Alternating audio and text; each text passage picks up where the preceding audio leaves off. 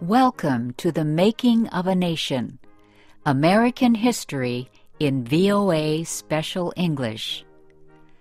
A new leader stood before the American people on March 4th, 1913.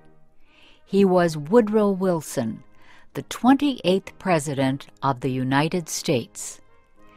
Wilson belonged to the Democratic Party. He was progressive in his belief that government should take an active part in efforts for social reforms. This week in our series, Kay Gallant and Harry Monroe begin the story of Wilson's presidency.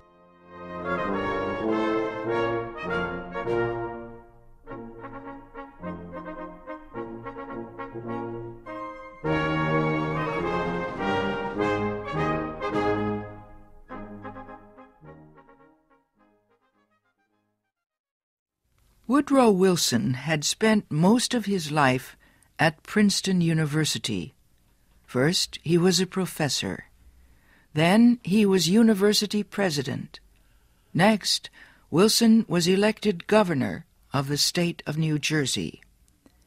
His early success as governor made him a leading candidate for the Democratic presidential nomination in 1912. Wilson traveled widely around the country during the campaign. He made speeches to many groups. He tried to make himself and his ideas known to as many Americans as possible. Wilson called his program the New Freedom. One of his campaign promises was to fight for better conditions for America's small business owners. Such proposals helped him win the Democratic nomination for president. Then he defeated President William Howard Taft and former President Theodore Roosevelt in the election. Woodrow Wilson, the former president of a university, had become the president of a nation. The largest crowd in Washington, D.C.'s history welcomed Wilson outside the Capitol building on the day of his inauguration. He called on the American people to join him in making the country a better place.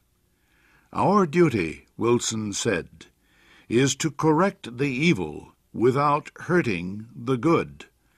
I call all honest men, all patriotic, all forward-looking men to my side."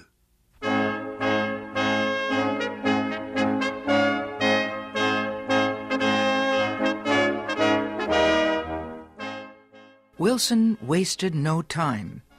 He immediately called a special session of Congress to act on Democratic campaign promises to reduce import taxes or tariffs.